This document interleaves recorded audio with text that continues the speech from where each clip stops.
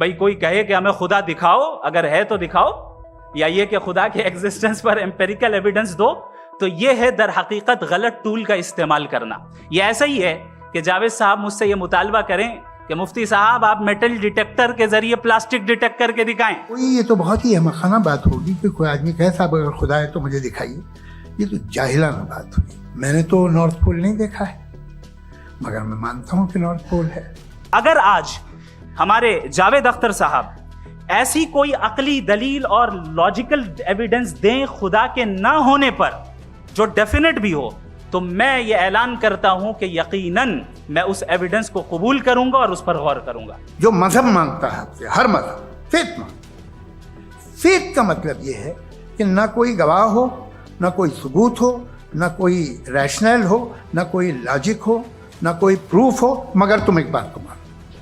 ऐसा आइलैंड जहां पे हमसे पहले कोई कभी नहीं गया। चलते चलते आपके सामने अचानक आपने देखा एक पिंक कलर की बॉल पड़ी हुई है।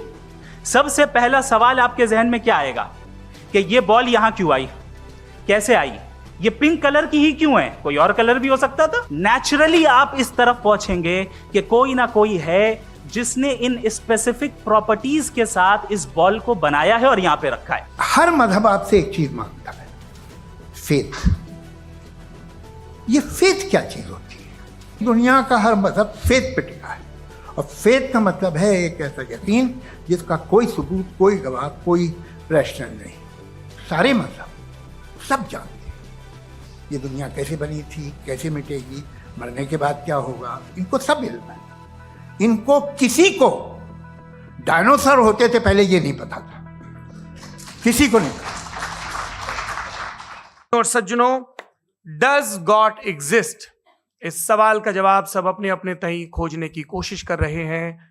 कोई इसको गॉड डैम पार्टिकल की खोज बताता है, कोई गॉड पार्टिकल की खोज बताता है, कोई हिग्स बोसान की खोज बताता है, कोई ये सवाल जवाब तलाशने की कोशिश करता है कि मास एग्जिस्टेंस में आखिर आया कैसे, हुआ क्या था, सृष्टि के पहले, समय के पहले क्या था। और कोई ये कहता है कि ये सारी खोजें जिस मस्तिष्क में हो रही हैं प्रकृति के क्रम में, वो कैसे विकसित हुआ। मैं उम्मीद करता हूं कि हम आज इन बुनियादी सवालों के कुछ जवाब हासिल करने में कामयाब हूं। मैं सबसे पहले मंच पर आमंत्रित कर रहा हूं मुफ्ती शमाइल नदवी साहब को। आइए sir ji.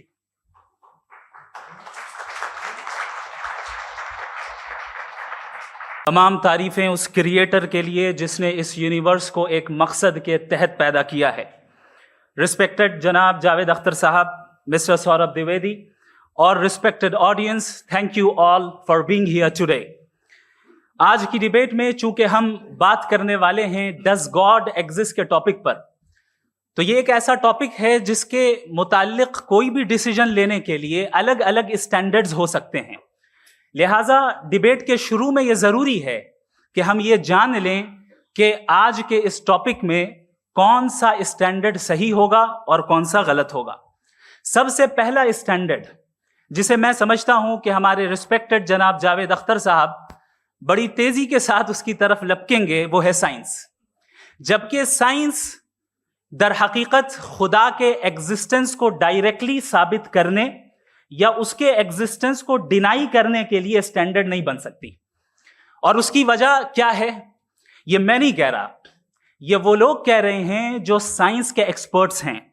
National academy of science कहती है science doesn't have the processes to prove और disprove the existence of God. Why? क्योंकि साइंस का ताल्लुक एम्पेरिकल एविडेंस से है, और एम्पेरिकल एविडेंसेस का ताल्लुक हमारे नेचुरल और फिजिकल वर्ल्ड से है, जबकि गॉड नॉन फिजिकल और सुपर नेचुरल रियलिटी है। लिहाजा नॉन फिजिकल रियलिटी को आप उस टूल के साथ नहीं चेक कर सकते जिसका काम फिजिकल रियलिटी को तलाश करना है। लिहाजा आज इस डिबेट में गॉड की एग्जिस्टेंस को साबित करने या उसे डिनाई करने में साइंटिफिक एविडेंस को एक्सेप्ट नहीं किया जाएगा। दूसरा स्टैंडर्ड हो सकता है रेविलेशन, कि रेविलेशन के जरिए हम यह साबित करें कि गॉड एग्जिस्ट करता है या नहीं। लेकिन यह स्टैंडर्ड भी आज इररेलेवेंट है। क्यों? क्योंकि रेविलेशन मेरे नजदीक सोर्स ऑफ नॉलेज है, वैलिड सोर्स ऑफ नॉलेज है, लेकिन हमारे जावेद अख्तर साहब के नजदीक ये वैलिड सोर्स ऑफ नॉलेज नहीं है। लिहाजा आज की डिबेट में मैं एक भी एविडेंस किसी भी मजहबी स्क्रिप्चर से नहीं दूंगा, ताकि जावेद अख्तर साहब के लिए वो अनएक्सेप्टेबल ना हो। तीसरा जो मेयार हो सकता है वो है ऑब्जर्वेशन, कि भाई कोई कहे कि हमें खुदा दिखाओ, अगर है तो दिखाओ, या ये कि खुदा के एग्जिस्टेंस पर एम्पेरिकल एविडेंस दो, तो ये है दर हकीकत गलत टूल का इस्तेमाल करना। ये ऐसा ही है कि जावेद साहब मुझसे ये मुतालबा करें कि मुफ्ती साहब आप मेटल डिटेक्टर के जरिए प्लास्टिक डिटेक्ट करके दिखाएं। अब चूंकि प्लास्टिक डिटेक्ट नहीं हो पा रही है, लिहाजा plastic does not exist. No, you are using the wrong tool. इस टूल से प्लास्टिक को डिटेक्ट नहीं किया जाता। लिहाजा मैं समझता हूं कि गॉड के एग्जिस्टेंस पर एम्पेरिकल एविडेंस का मुतालबा करना एक बचकाना मुतालबा है, और हमारे रिस्पेक्टेड जनाब जावेद अख्तर साहब इस स्टेज से अब बहुत आगे निकल चुके हैं। अब बचता है एक ही स्टैंडर्ड, और वो स्टैंडर्ड है अक्ल, लॉजिक, रीजनिंग। और यही वो स्टैंडर्ड है जिसके तहत गॉड की एग्जिस्टेंस को साबित किया जाएगा या गॉड की एग्जिस्टेंस को डिनाई किया जाएगा। लेकिन चूंकि ये बहुत इंपॉर्टेंट और सेंसिटिव टॉपिक है, इसलिए लॉजिकल आर्ग्यूमेंट भी ऐसा होना चाहिए जो डेफिनेटिव हो, इनडेफिनेटिव ना हो, जो 2 और 2 4 की तरह बिल्कुल वाजे हो, जिसे लॉजिकली रिजेक्ट करना पॉसिबल नहीं हो। फॉर एग्जाम्पल हम कहें हमारे रिस्पेक्टेड मिस्टर सौरभ साहब, ये एक इंसान है और तमाम इंसान कॉन्शियस बीइंग है, लिहाजा नतीजा क्या निकला, हमारे सौरभ साहब भी कॉन्शियस बीइंग है। क्या ये इनडेफिनेट आर्ग्यूमेंट है या डेफिनेट आर्ग्यूमेंट है? ये डेफिनेट आर्ग्यूमेंट है। ये 2 और 2 की तरह वाजे है, इसमें किसी तरह जो है लॉजिकली इसको रिजेक्ट नहीं किया जा सकता। तो अगर आज हमारे जावेद अख्तर साहब ऐसी कोई अकली दलील और लॉजिकल एविडेंस दें खुदा के ना होने पर जो डेफिनेट भी हो, तो मैं ये ऐलान करता हूं कि यकीनन मैं उस एविडेंस को कबूल करूंगा और उस पर गौर करूंगा। लेकिन साथ में यह भी ऐलान कर देता हूं प्रेडिक्शन के तौर पर कि ऐसा कोई डेफिनेट आर्ग्यूमेंट कोई नहीं पेश कर सकता। दलील हम देंगे और डेफिनेटिव दलील देंगे, लॉजिकल दलील देंगे, ऐसी दलील देंगे जो एंटायर एथिस्टिक वर्ल्ड उसे रेफ्यूट नहीं कर सकती। चलें अब हम एक एग्जाम्पल सोचते हैं, एक सिनेरियो, सिंपल सिनेरियो, तमाम ऑडियंस से गुजारिश है, हम और आप एक आइसोलेटेड आइलैंड पर हैं, ऐसा आइलैंड जहां पे हमसे पहले कोई कभी नहीं गया। चलते चलते आपके सामने अचानक आपने देखा एक पिंक कलर की बॉल पड़ी हुई है। सबसे पहला सवाल आपके जहन में क्या आएगा कि ये बॉल यहां क्यों आई, कैसे आई, ये पिंक कलर की ही क्यों है, कोई और कलर भी हो सकता था, ये इसी शेप में क्यों है, कोई और शेप भी हो सकता था। नेचुरली आप इस तरफ पहुंचेंगे कि कोई ना कोई है जिसने इन स्पेसिफिक प्रॉपर्टीज के साथ इस बॉल को बनाया है और यहां पे रखा है। चूंकि आप जानते हैं कि ये जो बॉल है इसका एग्जिस्ट करना जरूरी नहीं है, ये एग्जिस्ट कर भी सकती थी, नहीं भी कर सकती थी, और एग्जिस्ट करना ही था तो किसी और फॉर्म में करती, किसी और कलर में करती। अब आप इस बॉल को एक्सपैंड करते चले जाएं, एक्सपैंड करते चले जाएं, एक्सपैंड करते चले जाएं, यहां तक कि ये बॉल यूनिवर्स के साइज की हो जाए। बताइए कि क्या साइज के बढ़ जाने से सवाल बदल जाएगा? हरगिज नहीं बदलेगा। अभी भी सवाल रहेगा, ये यूनिवर्स कहां से आया, इन स्पेसिफिक प्रॉपर्टीज के साथ कहां से आया, क्यों आया, किसने बनाया, ये सवाल उस वक्त भी वैलिड रहेगा। लेकिन ये सवाल अगर हम जनाब जावेद अख्तर साहब से करें तो चूंकि इनका वर्ल्ड व्यू एथिस्टिक है, और सिर्फ इनका नहीं, मतलब जितने भी एथिस्ट हैं और एथिस्टिक वर्ल्ड व्यू को रखने वाले से अगर आप ये सवाल करें कि ये यूनिवर्स कहां से आया, तो इनका जवाब या तो आर्ग्यूमेंट फ्रॉम इग्नोरेंस होगा या डॉगमेटिक होगा। या तो ये कहेंगे कि मुझे नहीं पता कि ये कहां से आया, लिहाजा गॉड डज नॉट एग्जिस्ट, ये आर्ग्यूमेंट फ्रॉम इग्नोरेंस है।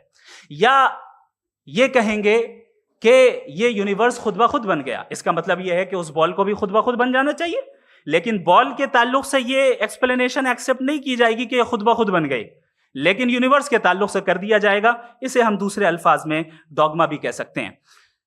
दूसरी चीज, हमारे जावेद अख्तर साहब जरूर गॉड ऑफ गैप्स की मिसाल भी जरूर देंगे, और मिसाल देंगे कि पहले जमाने में बिजलियां कड़कती थी तो लोगों ने किसी एक खुदा की तरफ, और बारिश होती थी तो दूसरे खुदा की तरफ मंसूब कर दिया, उनके पास दलील नहीं थी। यह हमारा वर्ल्ड व्यू है ही नहीं, यह हमारा वर्ल्ड व्यू है ही नहीं, क्योंकि नेचुरल फिनोमेना के प्रोसेस की इंटरप्रिटेशन को जान लेने से यह कहां से साबित हो गया कि गॉड एग्जिस्ट नहीं करता है? इस पर मैं इंशाल्लाह अभी आगे बात करूंगा। आप हजरात ये भी देखेंगे और मैं ये एक्सपेक्ट करता हूं कि हमारे रिस्पेक्टेड जनाब जावेद अख्तर साहब जरूर इमोशनल आर्ग्यूमेंट्स भी देंगे, जो कि एक लॉजिकल फेलेसी है जब बात आती है ट्रुथ को डिसाइड करने में। क्यों? मिसाल के तौर पर वो कहेंगे कि अगर गॉड है तो ईविल क्यों एग्जिस्ट करता है, जबकि मैं कहता हूं ईविल का एग्जिस्ट करना गॉड के एग्जिस्ट करने की दलील है, उसके खिलाफ नहीं है। क्योंकि अगर गॉड है तो हम सब उसके सामने अकाउंटेबल हैं, और अगर हम अकाउंटेबल हैं तो अकाउंटेबिलिटी के लिए ईविल का मौजूद होना जरूरी है, उसके बगैर हम अकाउंटेबल नहीं हो सकते। और अगर हम अकाउंटेबल नहीं हैं तो हम जनाब जावेद अख्तर साहब से पूछेंगे कि आप बताएं कि फिर सफरिंग इस दुनिया में क्यों है? अगर खुदा नहीं है तो सफरिंग क्यों है? और उन लोगों के जज्बे का क्या जिनके अंदर सफरिंग के बाद इंतकाम लेने का जज्बा पाया जाता है और वो इस दुनिया से ऐसे ही चले गए, क्या उनकी सारी तकलीफें बेकार चली जाएंगी?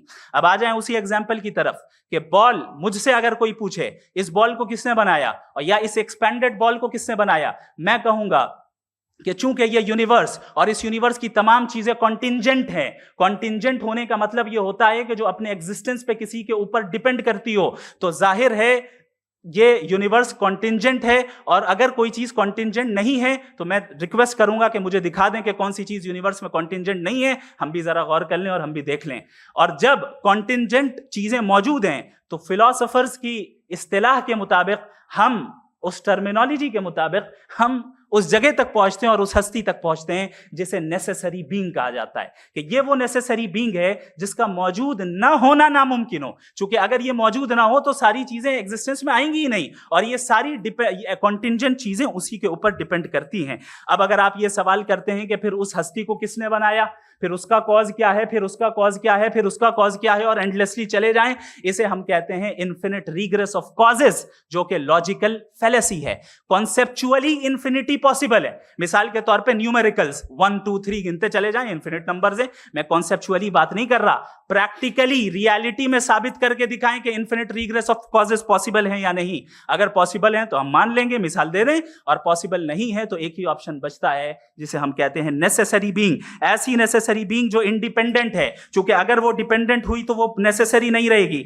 ऐसी इंडिपेंडेंट बीइंग जो इटर्नल है, अगर वो इटर्नल नहीं होगी, उसकी बिगिनिंग होगी तो वो खुद कॉन्टिंजेंट है। ऐसी बीइंग जो पावरफुल है, क्योंकि कॉन्टिंजेंट को एक्चुअलाइज करने के लिए पावर चाहिए। ऐसी बीइंग जो इंटेलिजेंट है और नॉलेजेबल है, क्योंकि ये यूनिवर्स स्पेसिफिक फॉर्म और स्पेसिफिक लॉज ऑफ नेचर के तहत प्रिसाइजली चल रहा है।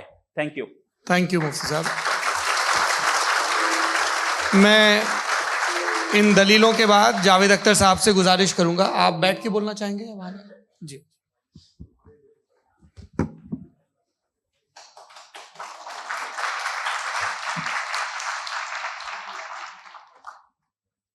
पहले तो मैं मुफ्ती साहब को एक अच्छी खबर देना चाहूँगा कि मेरी नॉलेज साइंस के बारे में बड़ी मामूली है, तो आप फिक्र ना करें उसकी, लेकिन कुछ कॉमन सेंस है मुझ में। देखिए, ये खुदा का तस्वुर कोई नया तस्वुर नहीं है, ये सदियों से रहा है। ये कुछ रिलीजन 3000 साल पुराने होंगे, 4000 साल पुराने होंगे, लेकिन इंसान कोई 10,000 12,000 साल से एग्जिस्ट करता है होमो सेपियन की शक्ल में, और हमेशा कुछ ना कुछ मजहब रहे। ये मजहब जाहिलों के नहीं थे, ये मजहब एक ऐसी ग्रीक सोसाइटी के थे जहाँ बड़े बड़े फिलोसफर पैदा हो गए। ये मजहब इजिप्शियंस के थे जिन्होंने पिरामिड्स बनाए थे।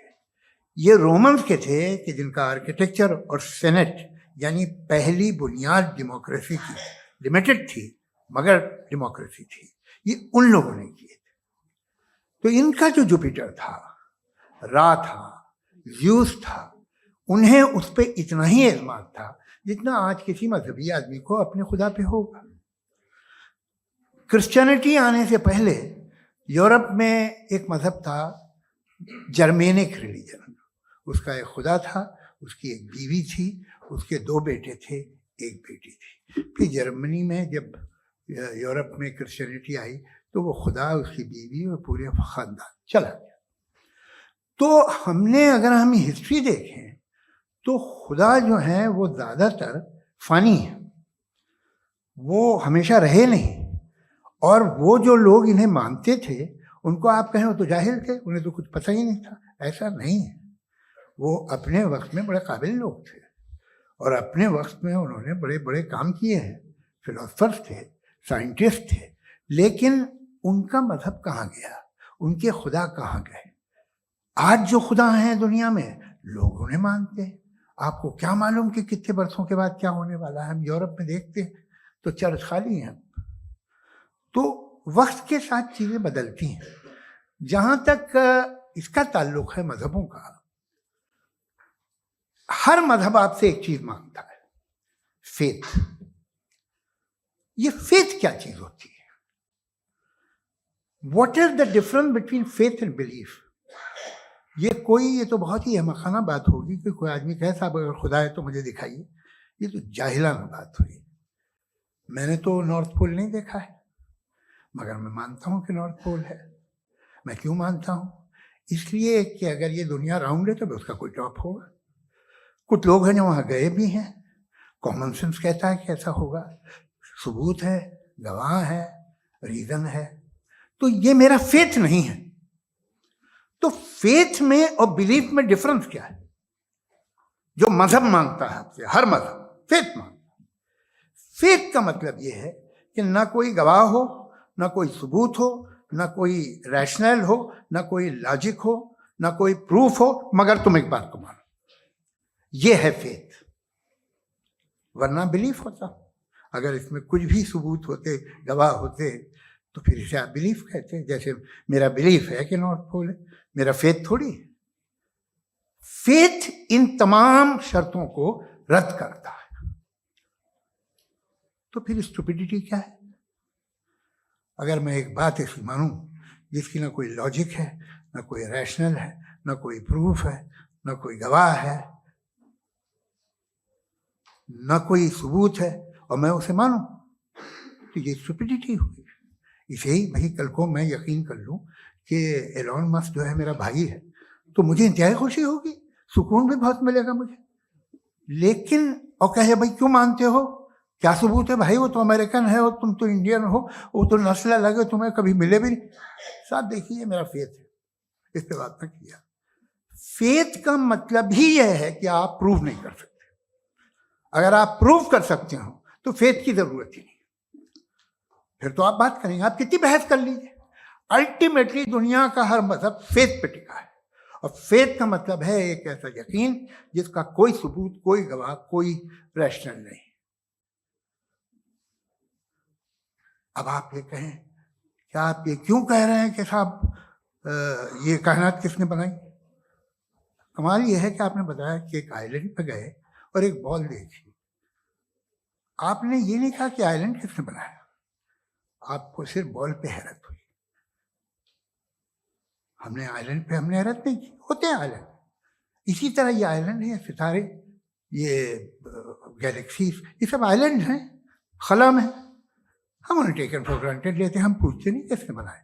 आपने जजीरे के बारे में भी नहीं पूछा है। मेरी पैदाइश कैसे हुई? क्या मैं प्लान्ड पैदा हुआ था? I was plan to be born, या एक लकी स्पर्म था जो किसी एक से चिपक गया? मेरी पैदाइश रैंडम। और इंसाफ जिसे आप कहते हैं, इंसाफ का तो नेचर से कोई वास्ता ही नहीं।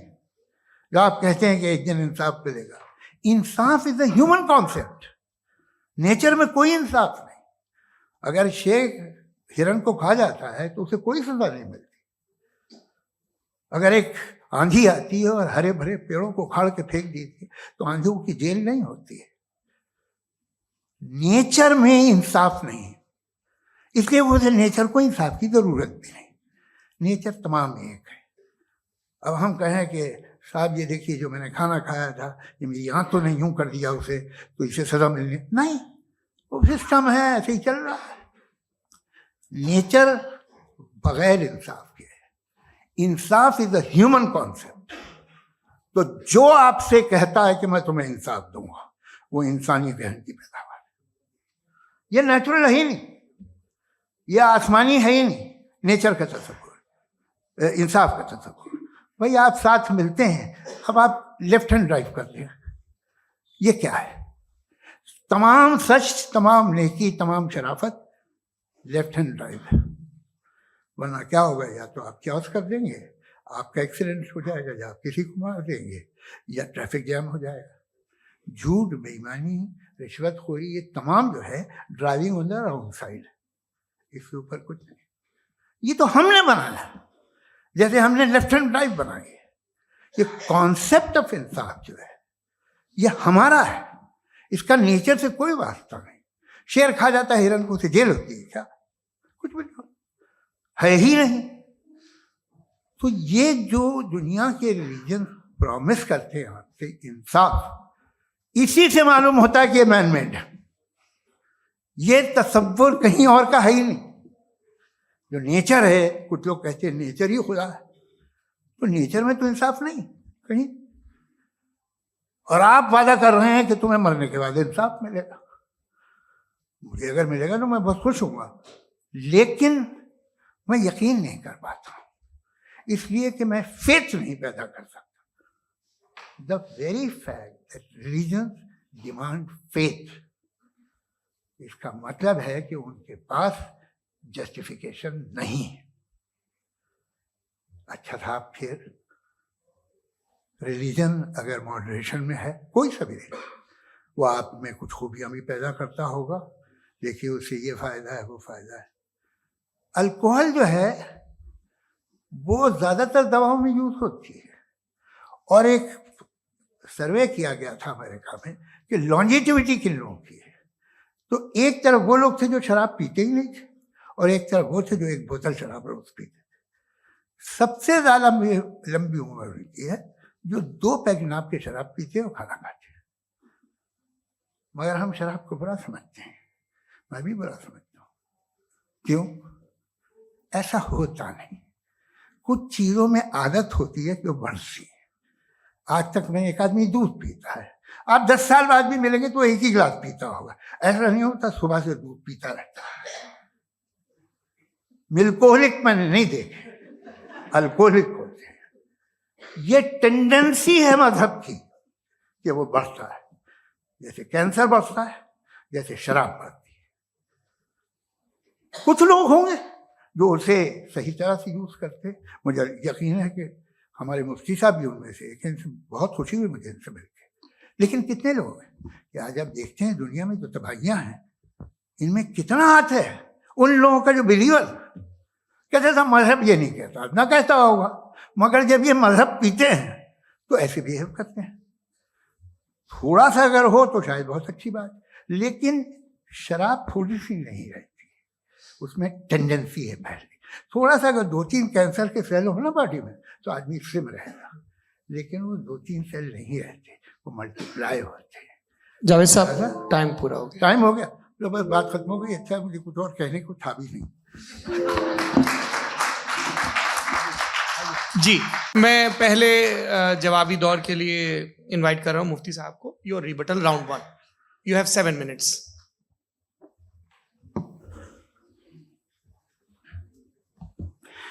Thank you very much Javed साहब। आपकी बात को सुनकर बड़े महजूज हुए हम लोग। महजूज, do you understand? We enjoyed.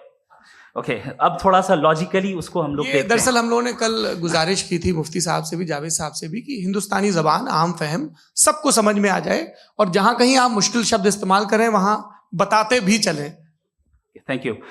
तो सबसे पहले हमारे रिस्पेक्टेड जावेद साहब ने हवाला दिया कि खुदा फानी है। कितने मजहब आगे चले गए, किसी ने जुपिटर को खुदा माना, किसी ने किसी को माना। मैं कहता हूं जिसने कॉन्टिंजेंट चीज को खुदा माना, गलत माना, वो खुदा ही नहीं, वो खुदा ही नहीं है। हम तो नेसेसरी बीइंग को साबित करने बैठे हैं, वो नेसेसरी कॉज जो इटरनल है, जो अबदी भी है और अजली भी है। हम किसी और को साबित करने नहीं बैठे। दूसरी चीज, उन्होंने कहा कि फेथ एंड बिलीफ, ये एक ऐसी डेफिनेशन है फेथ की जो इन्होंने पहली मर्तबा पेश की है, या माफ कीजिएगा, इन्होंने पहली मर्तबा पेश नहीं की है, रिचर्ड डॉकिंस ने पहली मर्तबा पेश की है। मुझे मालूम है ये सोर्स कहां से है। एपिस्टेमोलॉजिकली फेथ और बिलीफ का फर्क आप इस तरह नहीं कर सकते सर। फेथ सही भी होता है, गलत भी होता है, बिलीफ सही भी होता है, गलत भी होता है। जो लॉजिक, रीजन और एविडेंस से बैक्ड होगा वो फेथ सही होगा। और आप जिस फेथ की बात कर रहे हैं कि इलॉजिकल है और उसके पीछे नहीं है, तो we are on the same page. हम नहीं मानते उस फेथ को। जो फेथ ऐसा हो जिसके पीछे कोई लॉजिक ना हो, एविडेंस ना हो, हम नहीं मानते। हम तो उस फेथ के कायल हैं जिसके पीछे लॉजिक हो और एविडेंस हो। तो बिलीफ सही भी होता है, गलत भी होता है, फेथ भी सही होता है और गलत भी होता है। तो आज फेथ और बिलीफ के डिफरेंस पे बात नहीं हो रही। आज आप चाहे फेथ एक्सेप्ट कर लें या बिलीफ एक्सेप्ट कर लें, आज ये बात होगी कि ट्रूथ क्या है। चाहे ट्रू बिलीफ सही है या ट्रू फेथ सही है, और फॉल्स फेथ क्या है और फॉल्स बिलीफ क्या है, बात इस पे हो रही। दूसरी चीज इन्होंने पूछा, स्टुपिडिटी फिर क्या है? अगर फेथ, रिलीजन स्टुपिडिटी नहीं है तो और क्या है? चूंकि फेथ का मुतालबा करते हैं तो स्टुपिडिटी क्या है? मैं कहता हूं स्टुपिडिटी एथिज्म है। उसकी वजह यह है कि आप एक सड़क पे जा रहे हो और आप किसी गार्डन में जाएं और देखें वहां लिखा है फूलों के साथ, I love Javed Akhtar, and I really do, I love you sir. So जब आप वहां पर पहुंचे तो वहां पहुंचकर अब ये बताएं, क्या आप ये कहेंगे वाह व्हाट अ नेचुरल सिलेक्शन? ये क्या नेचुरल सिलेक्शन है? नहीं, ये प्रिसाइजली डिजाइंड है, इसके पीछे डिजाइनर है।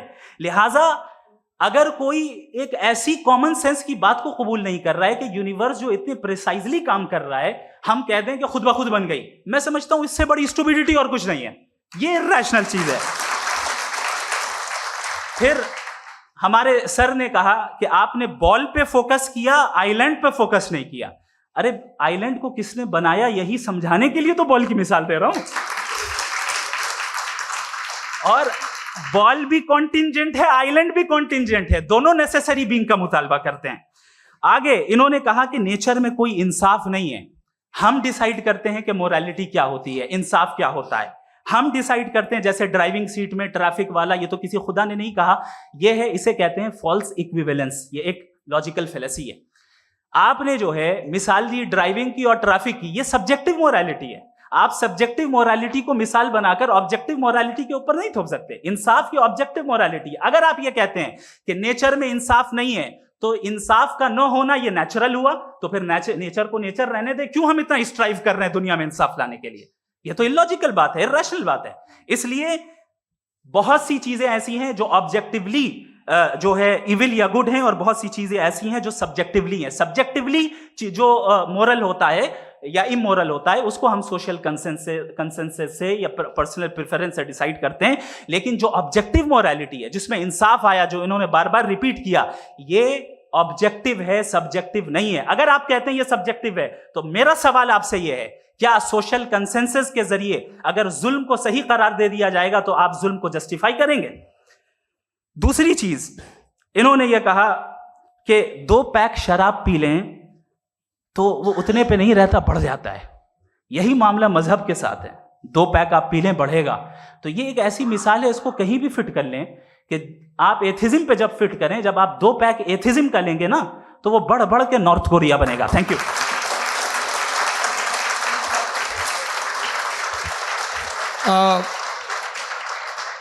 फर्स्ट राउंड के रिबटल के लिए मैं जावेद साहब को इनवाइट कर रहा हूं। आपके पास 7 मिनट का वक्त है, रीसेट कर दीजिएगा प्लीज। मुझे इस बात की खुशी है कि मुफ्ती साहब ने भी मान लिया कि नेचर में कोई इंसाफ नहीं है। तो कोई भी चीज़ जो इंसान ने नहीं बनाई है उसमें इंसाफ नहीं होता है। एक बात मैं आपसे अर्ज करूँ, जरा पता लगा लीजिएगा, ये जो आप बाग में जाते हैं बेहद खूबसूरत फूल देखते हैं ना, इनमें से कोई नेचुरल नहीं है। ये सारे फूल क्रॉस करके बनाए गए हैं। जो जंगल में फूल होते हैं निहायत मामूली होते हैं। ये फूल इंसानों ने बनाए हैं। जो आप बाग में देख के वाह वाह कहते हैं, ये इंसानों के बनाए हुए हैं। डिफरेंट फूलों को क्रॉस करके, डेवलप करके, फिर क्रॉस करके इस तरह से बनाए गए। नेचुरल फ्लावर नहीं। किसी जंगल वीरान में जाके आप गुलाब के फूल नहीं देखेंगे। ये सब बनाए हुए इंसान ने, बहुत से काम इंसान ने किए हैं।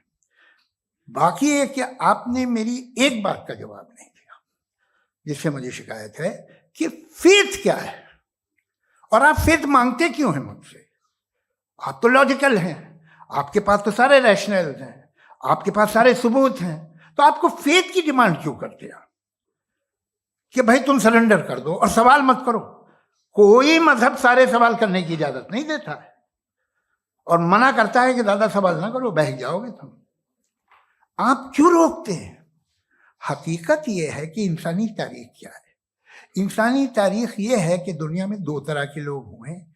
एक वो जिन्होंने अपनी लाइल्मी की परस्तिश की है, दूसरे वो जिन्होंने अपनी इग्नोरेंस या लाइल्मी से झगड़ा किया है और मालूम किया है कि क्या है। ये जो आप कह रहे हैं, आज आप हैरान हैं कि भाई ये यूनिवर्स कैसे बनी। लोग हैरान थे कि सूरज डूबता है तो इधर से कैसे निकलता है। और आप एक कदम जाके हमेशा का मानने को तैयार है, एक कदम पीछे ही मान जाइए। भाई आप इसके बाद जाते हो, कहते सवाल ना करना कि ये कहाँ से आया, ये पावर तो हमेशा से हमेशा रहेगी। तो आप यूनिवर्स के बारे में मानने में क्या तकलीफ है? एक कदम पहले रुक जाइए। ये हमेशा से थी या नहीं थी हमें मालूम नहीं है। और ये कहना कि हमें मालूम नहीं है, कमाल ये है कि दुनिया के सारे मजहब सब जानते हैं ये दुनिया कैसे बनी थी, कैसे मिटेगी, मरने के बाद क्या होगा, इनको सब इल्म है। इनको किसी को डायनासोर होते थे पहले ये नहीं पता था, किसी को नहीं पता। किसी भी दुनिया की मजहबी किताब में डायनासोर का जिक्र नहीं है। लेकिन बाकी सब बातें, how to make universe in 4 easy lessons and बाकी सब पता है। जिसको सब पता है वो गड़बड़ है। हमें ये इंकिसार, ये ह्यूमिलिटी होनी चाहिए कि हम ये कहें कि हमें ये बहुत सारी बातें नहीं मालूम, लेकिन हम उनकी परस्तिश न करें, अपनी लाइल्मी को की परस्तिश न करें, हम उसे पता लगाने की कोशिश करें। जिस दुनिया में आप बैठे हैं सर, ये हॉल जो है, ये इलेक्ट्रिसिटी जो है, ये माइक जो है, जिस हवाई जहाज से आप आए थे, वो जिस कार से आप यहाँ आए हैं, ये सब उन लोगों की बनाई हुई है जिन्होंने सवाल किए थे। ये दुनिया जिसमें आप आज आराम से हैं, ये उन लोगों की बनाई है कि जिन्होंने सवाल किए थे। और हर स्टेज पे इन सवालों को मकरूह कहा गया था, गलत कहा गया था। आप जरा तारीख पढ़िए, एक बड़ी दिलचस्प किताब है बर्ट्रैंड रसेल की, जिसमें उसने रिलीजन एंड साइंस कि कब से रिलीजन जो है साइंस के अगेंस्ट है। और हद तो यह है कि भाप के इंजन के खिलाफ थे, स्टीम इंजन के भी खिलाफ थे, और फतवे हुए उन पे, वेटिकन ने दिए। तो ये हमेशा, अभी जैसे ही ये राइट विंगर आते हैं अमेरिका में पावर में, तो वो जो अपना ये क्या बोलते हैं उसे, सीड क्या बोलते हैं, सीड क्या जो, हाँ नहीं सीड जो होते हैं जिसपे जी, नहीं भाई, वो जो ह्यूमन बॉडी के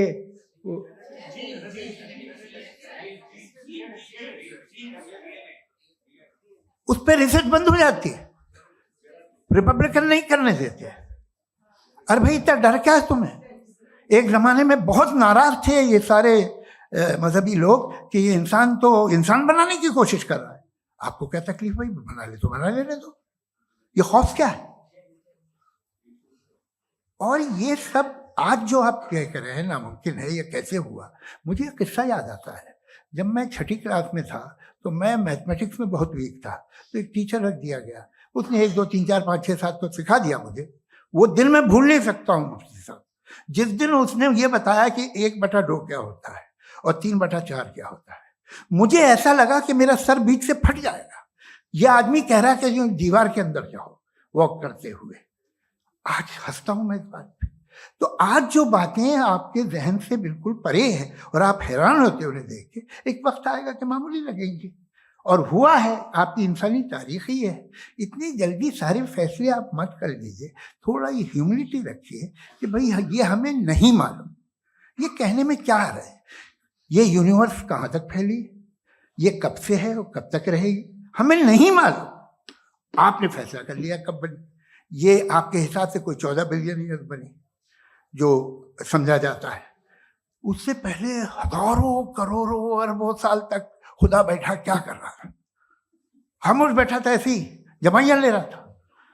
फिर उसे आइडिया है, यार एक काम करते, वक्त अच्छा गुजर जाएगा, यूनिवर्स बनाते। सोचिए, वो तो हमेशा से है ना, मगर यूनिवर्स हमेशा से नहीं है। ये तो बनाई गई है। और उससे पहले क्या था, इनका क्या काम था?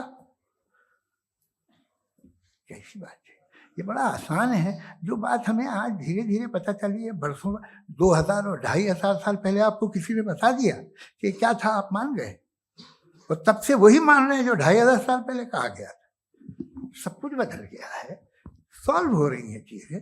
अभी साइंस बिल्कुल दावा नहीं करती, या कोई फिलोसफर ये दावा नहीं करता कि हमें सब मालूम, बल्कि वो कहता है कि हमें जितना मालूम होता है उससे ये मालूम होता है कि हमें कितना कम मालूम। तो हम अपनी जहालत से लड़ें, उसकी परस्तिश न करें। जी, time. Thank you so much.